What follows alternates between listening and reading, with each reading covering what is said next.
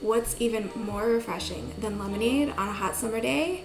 These frozen lemon popsicles. And they're super easy to make with just 3 ingredients, no refined sugar, and no artificial flavors. Welcome back. If we haven't met, I am Steph, and today we're gonna chill out with some ice cold lemon popsicles. This is a super simple recipe, so without any further ado, let's jump right into it.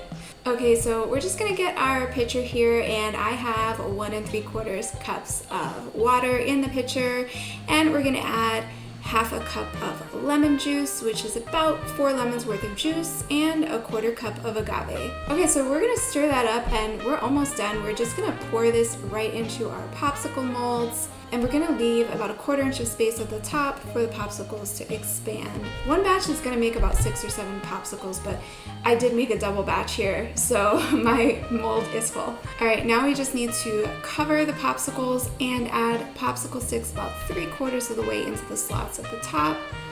And we're just gonna pop this in the freezer until the popsicles are frozen all the way through. This will probably take around 4 hours, but I usually just freeze my popsicles overnight.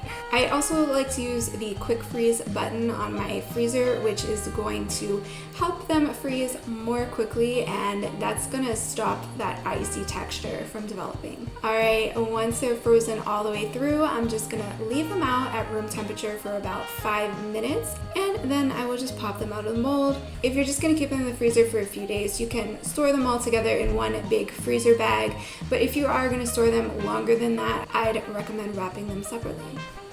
And that's it.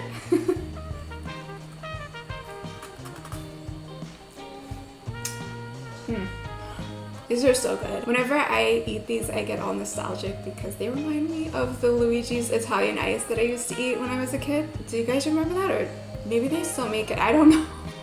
Anyway, so good.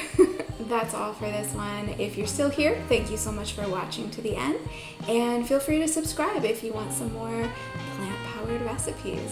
I'll see you next time.